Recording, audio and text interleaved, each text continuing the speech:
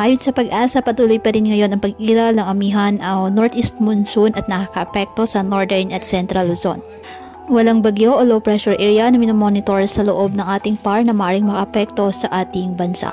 Samantala, dahil pa rin sa amihan, maalon at delikado pa rin pumalaot ang maliliit na sasakyang pandagat sa ilang baybayin pa ng Catanduanes, Albay, Sorsogon, Northern at Eastern Samar, Dinagat, Surigao Provinces, kasama na po ang Siargao at Bukas Grande Islands at ang Davao Oriental. Ngayong araw, dahil sa amihan, asahan ang maulap na kalangitan.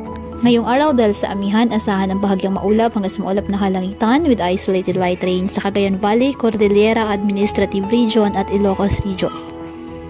Apektado naman po ng easterlies at ng mga localized thunderstorms ang nalalabing bahagi ng bansa kasama na po ang Metro Manila. Kaya asahan pa rin ang generally fair weather condition, maliban na lamang sa bahagyang maulap hanggang sa maulap na kalangitan with isolated rain showers or thunderstorms.